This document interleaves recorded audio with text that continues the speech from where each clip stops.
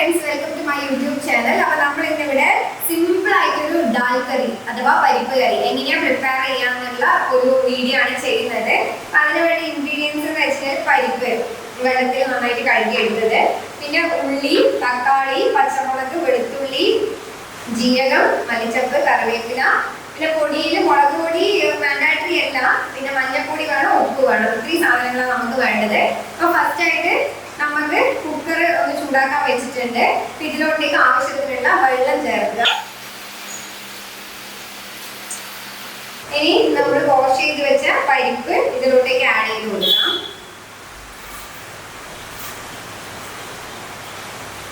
പിന്നെ നമുക്ക് ഉള്ളി ഇതിലോട്ടേക്ക് ആഡ് ചെയ്ത് കൊടുക്കാം.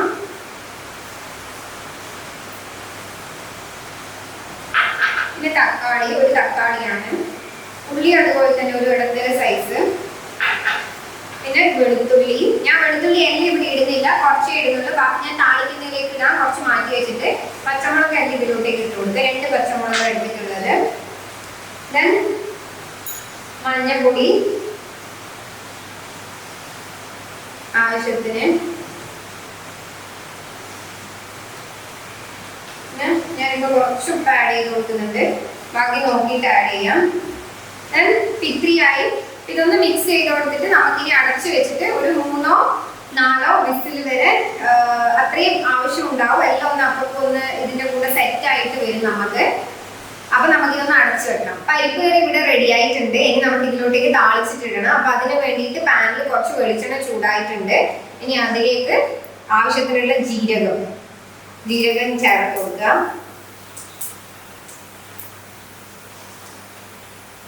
പിന്നെ കുറച്ച് വെളുത്തുള്ളി ഞാൻ മാറ്റി വെച്ചിട്ടുണ്ട്, ചോപ്പ് ചെയ്തിട്ട്.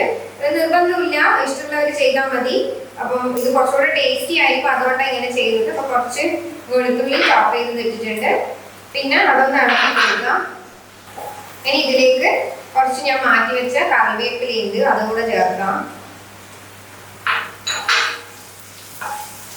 നിർബന്ധമില്ല, കറിവേപ്പിലയും ഇതെല്ലാം എന്താ പറയാ നമ്മളെ ഇഷ്ടമാണ്. ഇത് ചേർക്കുന്നില്ലെങ്കിൽ ജസ്റ്റ് ജീരകം താളിച്ചിട്ട് നമുക്ക് ഡയറക്റ്റ് പരിപ്പ് കറിയിലേക്ക് ഇട്ടിട്ട് കഴിക്കാം.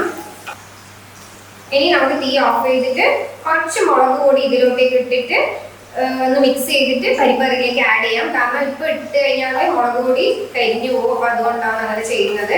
അപ്പൊ തീ ഒന്ന് ഓഫ് ചെയ്തിട്ട് കുറച്ച് മുളക് പൊടി നമുക്ക് ഇതിലോട്ടേക്ക് ഇട്ട് കൊടുക്കുക. ജസ്റ്റ് കളറിന് വേണ്ടിയിട്ട് മാത്രം ചെയ്യുന്നതാണ്. ഒന്ന് പെട്ടെന്ന് ഇനിയുള്ള സഡനാണ് മിക്സ് ചെയ്യുക, ഡയറക്റ്റ് അതിലോട്ടേക്ക് ആഡ് ചെയ്ത് കൊടുക്കാം. അപ്പൊ നമുക്കിനി ഇതിലോട്ടേക്ക് പരിപ്പ് കറി ഒഴിച്ചിട്ട് എല്ലാം കൂടി ഒന്ന് മിക്സ് ചെയ്തെടുക്കാം.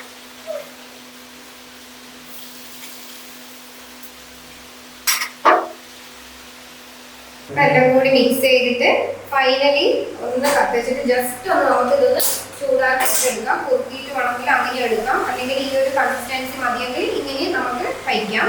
ഞാൻ ജസ്റ്റ് ഒന്ന് ചൂടാക്കുന്നുണ്ട്.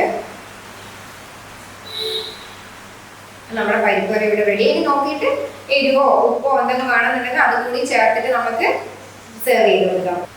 പിന്നെ നമുക്ക് ഫൈനൽ ഒരു ഗാർണിഷിങ് പോലെ കുറച്ച് മല്ലിച്ചപ്പ് ഇതിന്റെ മേലെ തൂവി കൊടുക്കാം.